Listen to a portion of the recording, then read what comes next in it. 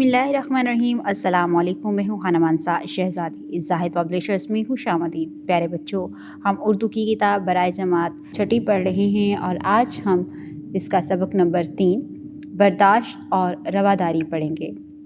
हासिलात तअल्लुम। इस सबक की तकमील के बाद तलबा इस काबिल हो जाएंगे कि वो जमात के मेयार के मुताबिक इबारत सुनकर अहम नुकात और अज्जा से मुतल्लिक मालूमात, मुशाहिदात और ख़यालात बयान कर सकें, मुतलाज़म अल्फाज, ग्रोही अल्फाज को समझ सकें और इनके इंतखाब के लिए लुगत से मदद ले सकें। आसान अल्फाज का इस्तेमाल करते हुए मियारी और बामानी जुमले बना सकें।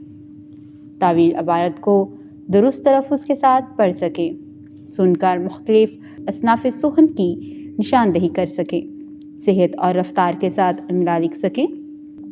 अपनी जमात के मेयार के मुताबिक किसी भी नसर पारे को दुरुस्त तलफ़्फ़ुज़, आहंग, हरकत और सकनात के साथ बयान कर सकें। सुनकर इबारत पढ़कर मौजू के हवाले से राय दे सकें।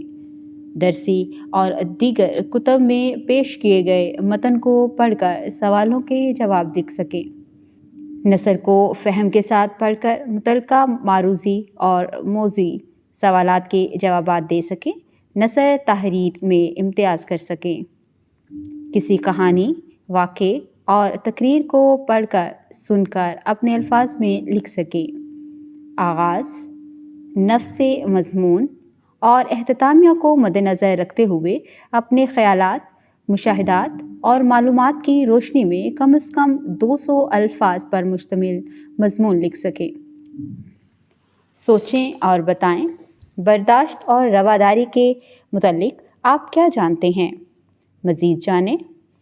इस्लाम दुनिया का वाहिद मज़हब है जिसकी बुनियाद अमन और सलामती और मजहबी रवादारी है। ख़ास अल्फाज तलफ़्फ़ुज़। अलमबरदार, रवादारी, नजरान, वफ़्त, जज़िया, गहवारा। इस्लाम इंसानियत के लिए अमन और सलामती का अलमबरदार है। इस्लामी तारीख़ बर्दाश्त और रवादारी के वाक़यात से भरी पड़ी है। बर्दाश्त एक ऐसी सिफ़त है जो सब्र और तहम्मुल और अफ़ू दरगुज़र जैसी खूबियों का मजमुआ है। ये तमाम अल्फाज हम मानी और एक दूसरे से बाहम मरबूत हैं। उन्हें किसी तौर अलग नहीं किया जा सकता। हमें ज़िंदगी में कदम कदम पर बर्दाश्त करने की क़ुव्वत की ज़रूरत होती है। बर्दाश्त का मादा उस वक्त पैदा होता है जब दिल में अल्लाह ताला की मोहब्बत, इसकी रज़ा जोई और खौफ मौजूद हो। बर्दाश्त करने के लिए हौसला और हिम्मत भी दरकार होती है। रवादारी के मानी लिहाज करना के हैं। दूसरों की राय या मज़हब से इख्तिलाफ़ के बावजूद इसका एहतराम करना और इन्हें अपनी राय या मज़हब के मानने पर मजबूर ना करना रवादारी कहलाता है। इस्लामी तालीमात के मुताबिक माशरे के तमाम अफराद बिला तफरीक मज़हब और मिल्लत, मसावात और बुनियादी इंसानी हकूक़ के हवाले से यकसां हैसियत के हामिल हैं। कुरान मजीद में अल्लाह ताला का इरशाद है, ला इक्रा फिद्दीन, दीन इस्लाम में ज़बरदस्ती नहीं। नबी करीम ख़ातमुन नबीयीन सल्लल्लाहु अलैहि वसल्लम बर्दाश्त और बर्बादी का बेहतरीन नमूना थे। आप ख़ातमुन नबीयीन की ज़िंदगी बर्दाश्त और रवादारी के वाक़यात से भरपूर है।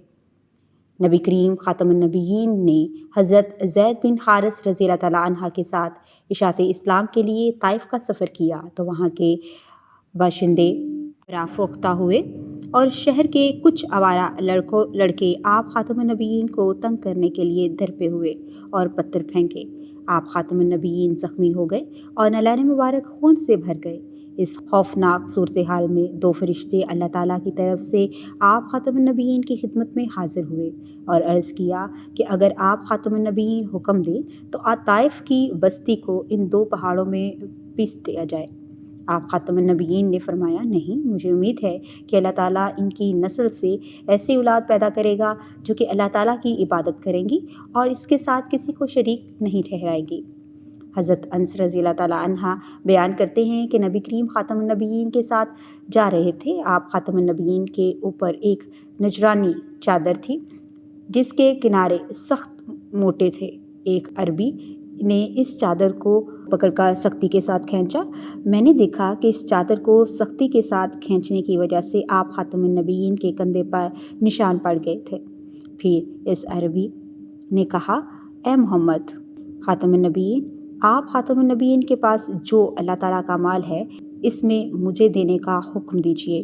نبی کریم صلی اللہ علیہ وسلم نے اس کی طرف مڑ کر دیکھا اور مسکرائے۔ پھر آپ خاتم النبیین نے اسے کچھ عطا کرنے کا حکم دیا۔ ایک مرتبہ نجران کے مسیحیوں کا ایک وفد آپ خاتم النبیین صلی اللہ علیہ وسلم کی خدمت میں حاضر ہوا۔ وفد میں ان کے علماء اور مذہبی رہنما بھی تھے۔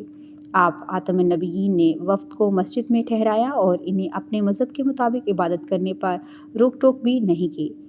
آپ خاتم النبیین نے انہیں اسلام کی دعوت دی جو انہوں نے قبول نہ کی، لیکن آپ خاتم النبیین نے انہیں اسلام قبول کرنے پر بالکل مجبور نہ کیا۔ نبی کریم خاتم النبیین کے نقش قدم پر چلتے ہوئے صحابہ کرام رضی اللہ تعالیٰ عنہ نے بھی ہمیشہ غیر مسلموں سے رواداری کا مظاہرہ کیا۔ خلفائے راشدین کے دور میں تمام مذاہب کے لوگ کو نہ صرف اپنے طریقے کے مطابق عبادت کرنے کی پوری آزادی تھی، بلکہ ان کی عبادت گاہوں کی حفاظت کا بھی خاص خیال رکھا جاتا تھا۔ سپہ سالاروں کو یہ خاص طور پر تاکید کی جاتی تھی کہ وہ رواداری کے اصول پر پاسداری کریں۔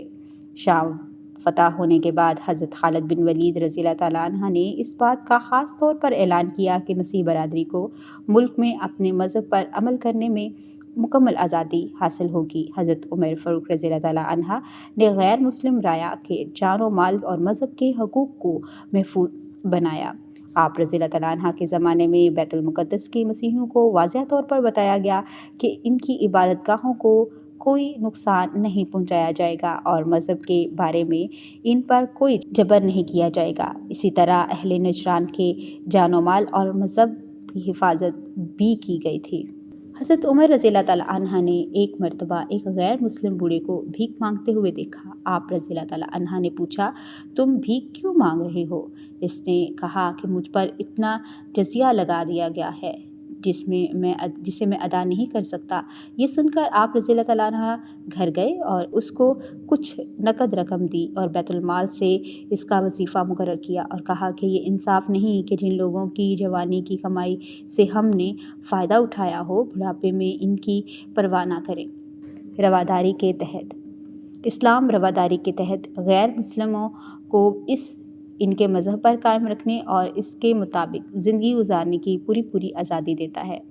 غیر مسلموں سے میل جول کی بھی اجازت ہے، لیکن اس بارے میں محتاط رویہ اختیار کرنے پر زور دیا گیا ہے۔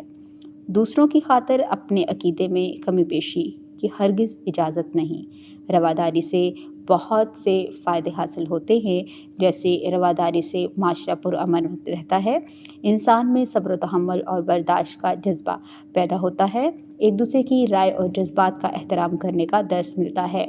ہمیں چاہیے کہ نبی کریم خاتم النبیین صلی اللہ علیہ وآلہ وصحبہ وسلم کے اسوہ حسنہ پر عمل کرتے ہوئے اپنے اجتماعی اور انفرادی زندگی میں برداشت اور رواداری جیسی عمدہ صفات کو اپنائیں تاکہ معاشرہ امن و سکون کا گہوارہ بن سکے۔